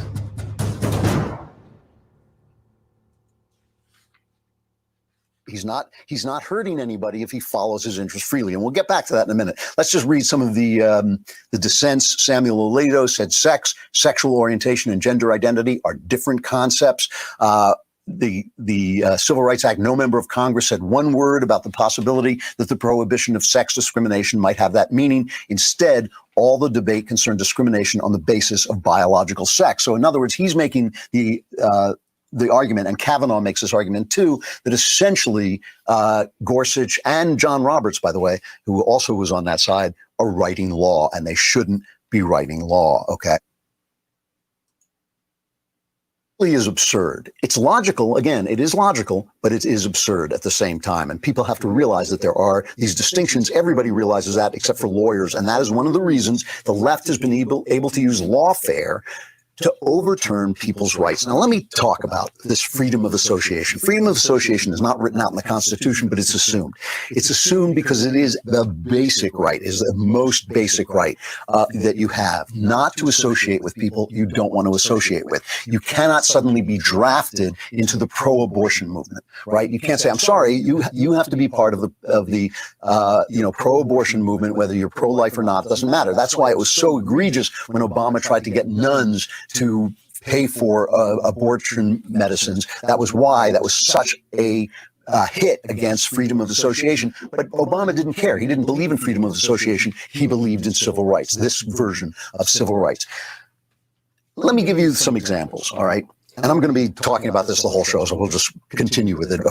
A friend of mine once came to me, and he was a great guy, but he was a little bit of a social climber. We all have our flaws. One of his flaws was he was a little bit of a social climber. And he had an opportunity to get into a private club that he thought at the time was restricted to Jewish people. They would not allow Jewish people in. And he came to me and he said, I am thinking of joining this club that does not allow Jewish people. And I said, well, you go and you do that, but I will never speak to you again. You have the absolute right to do that, but I will never speak to you again. And he said, I thought you believed in freedom of association. And I said, I do. And if you join that club, I will use my freedom of association to stop associating with you. Okay. That's the way it's supposed to work. Okay. He is supposed to be able to make any decision he wants, and I'm supposed to be able to make any decision I want. And the club, a private club, not taking federal money, should be able to restrict Jews. I think they're jerks. I think you're a jerk if you restrict black people. I know liberals who belong to clubs that restrict black people. Well, we're working for change from the inside. It sucks. You shouldn't belong to a club like that. I truly believe that. But you should be allowed to belong to a club like that. And that is the question we're asking. We're not asking about right and wrong. We're asking who decides. And of course, the reason individuals should decide is because if individuals don't take moral action, it's not moral action. If you take moral action at the barrel of a gun with a gun pointing at you, which is essentially what the government is, you're not taking moral action. The government is forcing upon you. It ceases to be a moral act. And that's the kind of freedom we're talking about. And I'll continue talking about that. Let's take another look at this. Let's say you're an evil bigot. Just pause it for a second. Just pause it for a second. What we're talking about is choice. It's your individual choice. Yeah. I have family members that aren't perfect. The government can't come in and say to me, well, you can't associate with this individual or you can associate with that individual. That is my choice. And that is, I think that's what's being brought out here is that, and again, I'm going to get back to the police officer in the city that's next door to me, that because she did not have politically correct speech, she is being punished.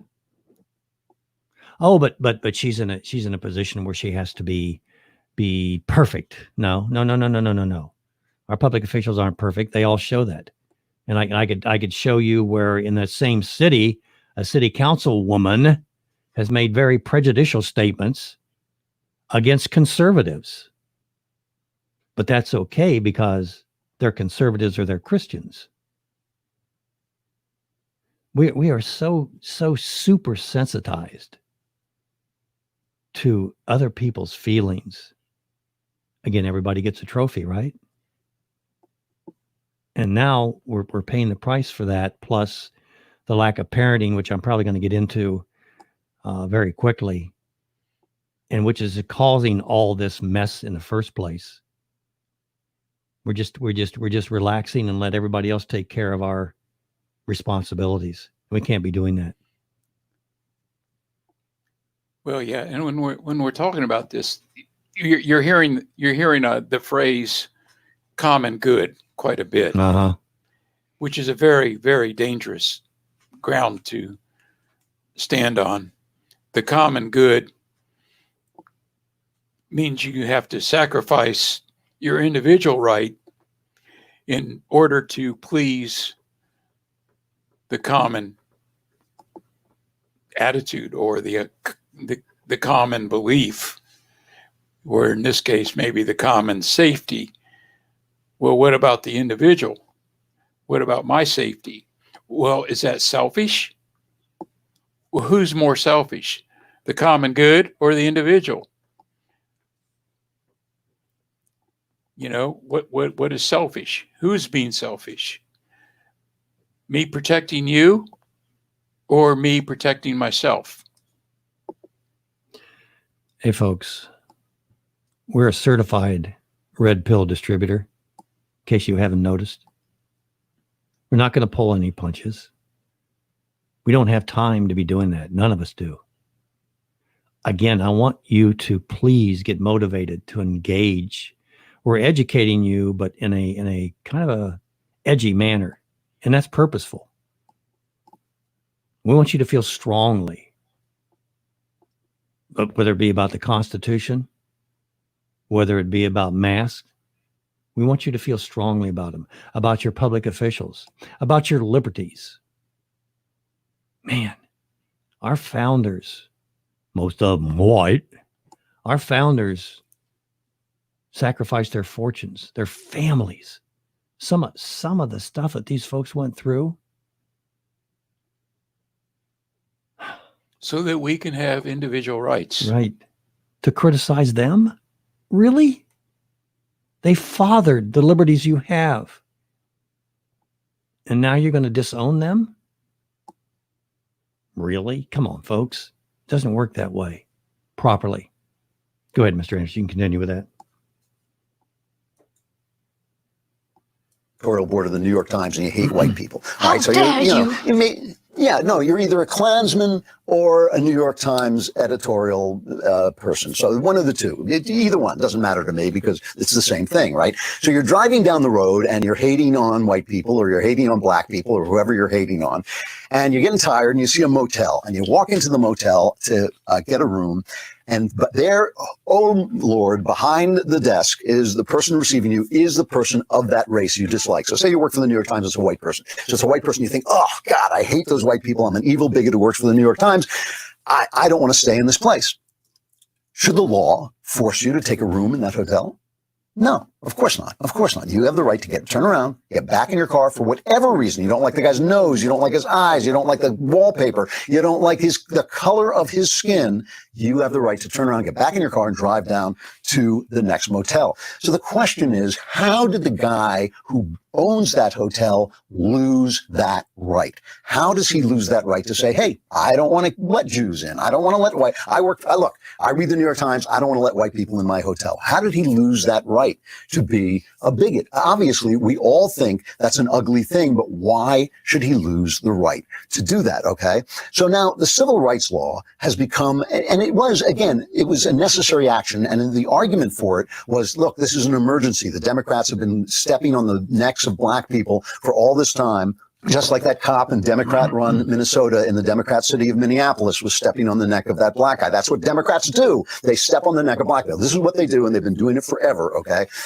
So they needed a civil rights law to say you can't do that. But when you started to say, oh, if you have a room in your house and you want to rent out that room, you can't look at somebody and say, well, I don't want to give it to a transgender people. I think that's wrong. I don't want to give it to a woman. I'm a man. I don't want a woman in my house. who can accuse me of stuff, or I'm a woman and I don't want a man in my house who makes things dangerous, right? You know, you should be able to do that. You should be able to make those discriminatory things. When did the government get that right, get to take that right away? So the only current politician who has ever had the guts to address this is Rand Paul. And Rand Paul, obviously the ultimate libertarian, he was running for the Senate, right?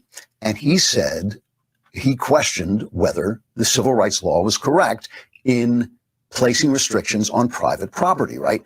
His argument was libertarian, but people went nuts. And then later, and I guess this is around 2010, he decided he might run for president. This came up and he was attacked as being against the civil rights law. Now, here is an interview that Wolf Blitzer on CNN did, okay? And I want to dissect this a little bit. Listen to the opening question. We've just discussed what the problem is with the civil rights law, that it strips people who own businesses of certain rights that other people have. It says to them, you cannot make choices that other people can make, because once you buy a business, we, the government, control your life. That's basically what it says. Mm-hmm. So essentially, while a law was needed, maybe the law did something wrong. Maybe it had unintended consequences that need to be fixed. That's a conversation that people should be allowed to have. Are you allowed to have it? Well, listen to what Wolf Blitzer asked Rand Paul when this controversy came up when he was deciding to run for president. This is cut 11. I want to give you a chance to explain, because there's a lot of confusion right now about precisely where you stand. I'll ask you a simple question. If you had been a member of the Senate or the House back in 1964, would you have voted yay or nay for the Civil Rights Act?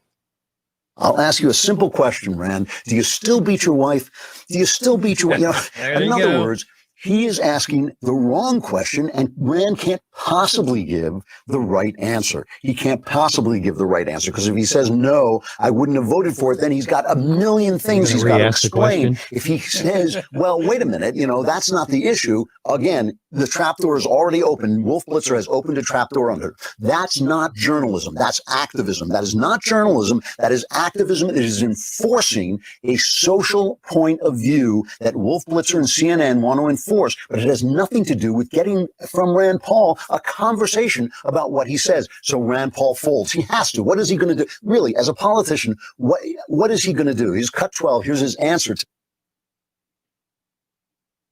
that question. I think what troubles me is that the news cycle's gotten out of control. I mean, for several hours on a major news network yesterday, they reported repeatedly that I was for repealing the Civil Rights Act. That is not only not true, never been my position, but is an out-and-out lie, and they repeated it all day long. It started with my Democrat opponent asserting this, but has never been my position. All right, so so there he is. Look, go ahead, BJ. If you don't wear a mask, are you racist? Is this the newest form of racism? Not wearing a mask? You're trying purposely to hurt people to keep them from doing something? Is that where we're coming from? I kind of see that coming from both sides. Okay, yeah, and that's Satan is so good. Satan is so good. He can divide, then he can cauterize, and then he can have you stand your ground. Right? Yeah, I mean, unfortunately, I feel like we have a right to wear a mask or not to wear a mask. Exactly.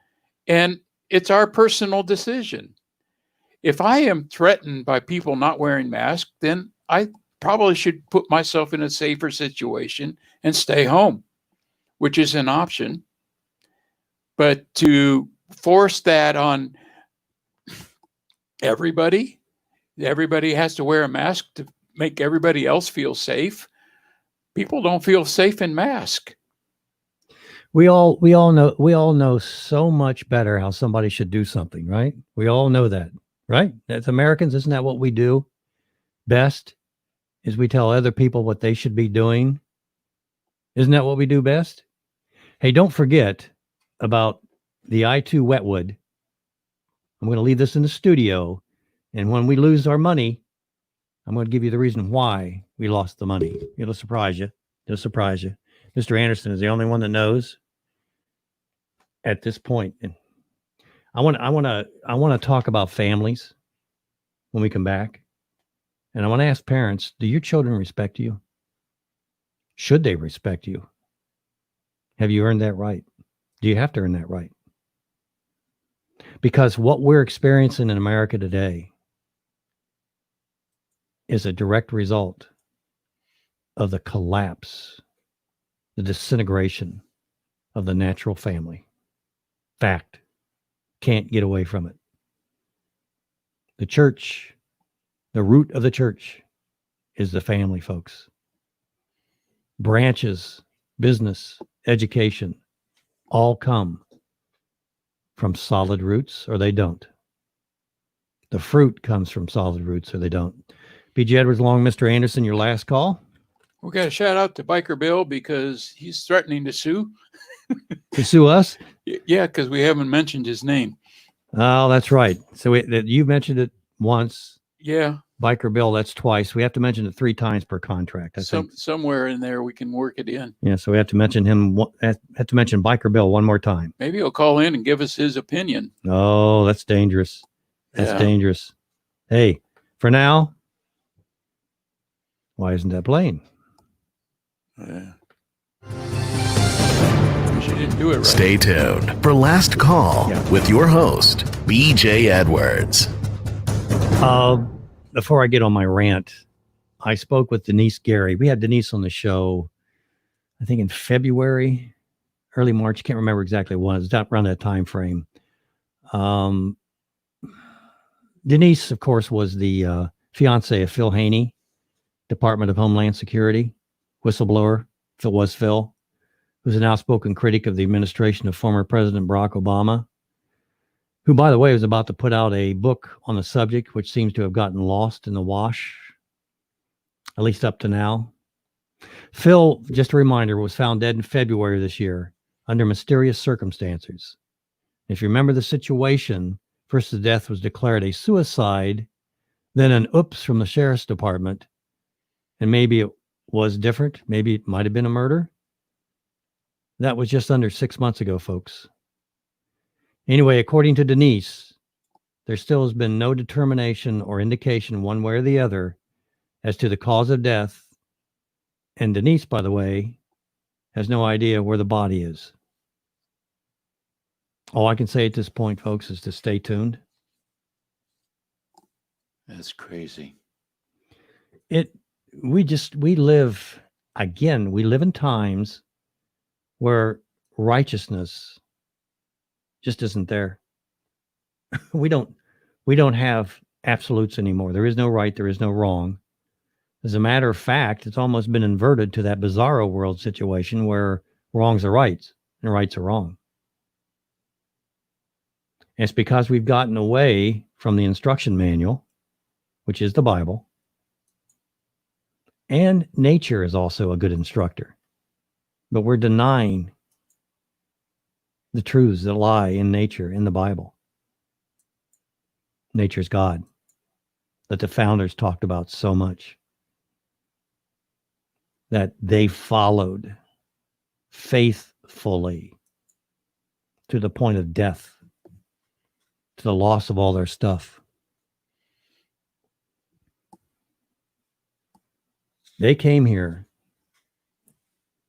to establish liberty, freedom of religion, because it was being stamped out where they were, or being bastardized, and they knew its importance.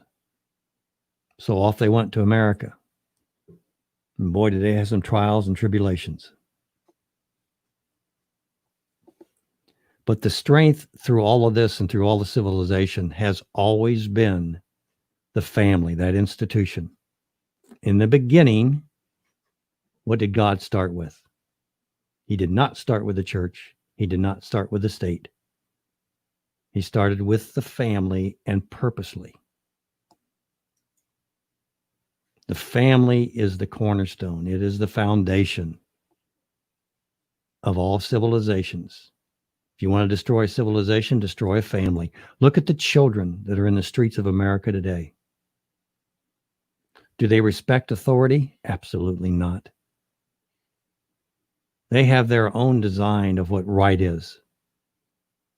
And we've kind of asked them to have that. We've told them in our government-run schools that they can be diverse. They can be pretty much anything they want to be. And by the way, you weren't even created, so you have no responsibilities, no obligations to anyone other than yourself. You don't really need parents. Teachers can take care of that job. Government officials can take care of that job. Maybe a business leader. Politician. Yet here we are, where we don't know the difference between right and wrong.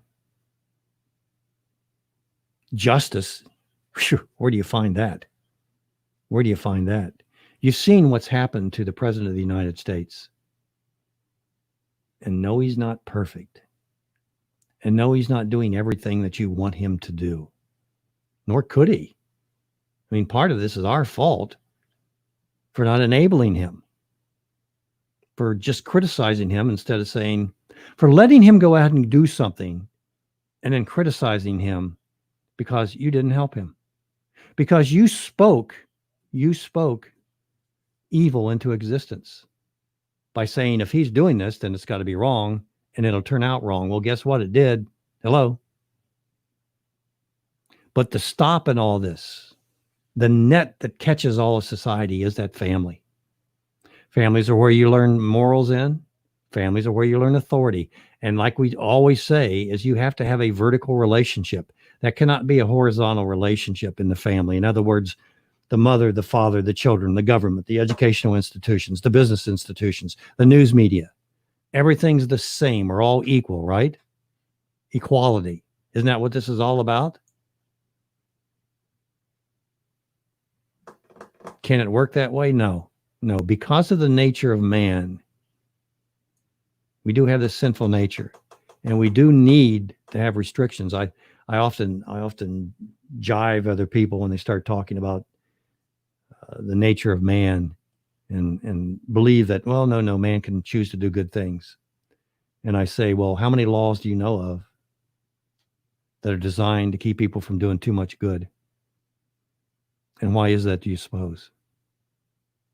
I don't know of any. And I'm always open to hearing about some, but I don't think there are any. You don't have to teach children to be bad. It comes natural. Yeah, the funny thing is you have to teach them to be good. Yeah, that's true. That's true. And how do you do that? By setting up rules, which this generation doesn't believe in, nor they've been told that they need to. It's all about me. If it feels good, do it. I'm okay, you're okay, we used to say in the 60s. But you have to understand the critical nature of the family. And we talk about the three aspects, the content. It has to be one man and one woman. By the way, it can be one woman or one man based upon situations, hopefully not divorce, but tragic situations. It can be that way. I'm just telling you how it works best, how it was designed to work, and what the goal should be, what the vision should be in America.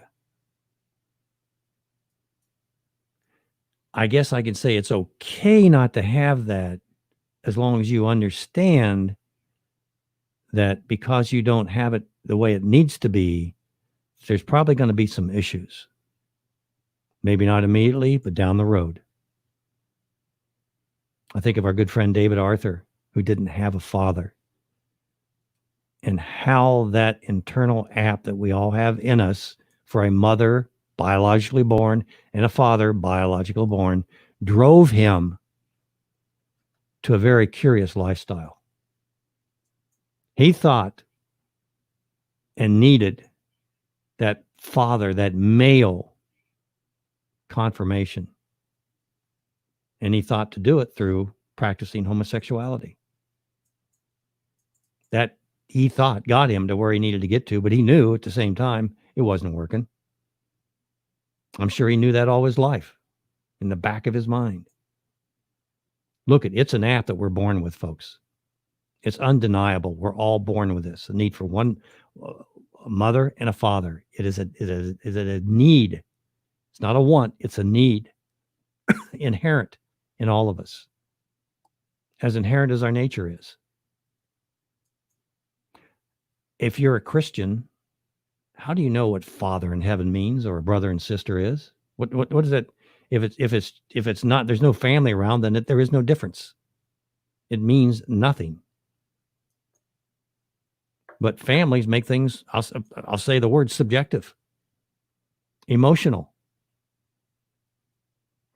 important. If we're going to do it, we need to do it right. I'd love to see a law in the United States. The governing law in the United States would be the vision of the natural family. One man, one woman, lifelong, committed, monogamous relationship. No divorce. Oh, there you go again. You got to have that exception in there, BJ. I'm just telling you what the vision should be, what we should be pointed towards. I'm shooting for perfection. If I don't shoot for perfection, then what am I going to get? Shoot high. Aim high, folks. Isn't that what we're told? Aim high? The natural family is the highest aim that a nation can possibly have. And it should be rewarded if you're in that template. But it's not. As a matter of fact, in America, the more you're outside of that template, the better off you are, supposedly. We need to get that together. I don't have all the answers. But I know that until we start shooting for that vision, we're going to be treating symptoms and not the cause. We've lost the vision of the family, of the natural family. It's taken down the church. It's taking down society. God, folks, is making this very apparent to us. He gave us the blessings, but we're blinded by our stuff, by our egos, by our pride. And sadly, first of all, he judges nations, but sadly, he's going to bring this nation to the point that we'll notice what it is that he wants us to notice. And then we can make a choice. I think many of us just can't see that now, that there is a choice to be made, a right and a wrong. I think we had it early on. Regardless of the skin color, I believe it was there. And speaking of skin color, we had it in the 50s, in the early 60s, until the government became the daddy. That's out of the vision, right? Ephesians 5 says, God, Jesus Christ, man, woman, children, and that is a vertical relationship. And it didn't say except for. That's the way it needs to be if we are going to be productive, if we're going to continue to flourish. And I believe God wants us. I know God wants us to flourish. I know that. That's his intent. But we're the ones that need to get out of the road. 1 minute.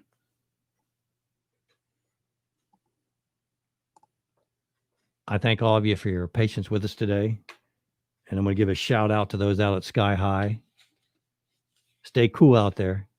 Okay. But learn a lot, which you will do. And you're in great company. And I pray. Yeah, sounds like a great crowd out there. Yeah. I pray for this nation. I pray for the nation's salvation. It's in our hands, folks, like I said earlier. It's up to you to do. The old story about 4 people named everybody, somebody, anybody, and nobody, and there was an important job to be done, and everybody was sure that somebody would do it. Anybody could have done it, but nobody did. Somebody got angry about it because it was everybody's job. Everybody said anybody could do it. Nobody realized that everybody would do it. It ended up that everybody blamed somebody when nobody did what anybody could have. Go out there and be somebody done something. BJ Edwards, along with Mr. Anderson, your last call.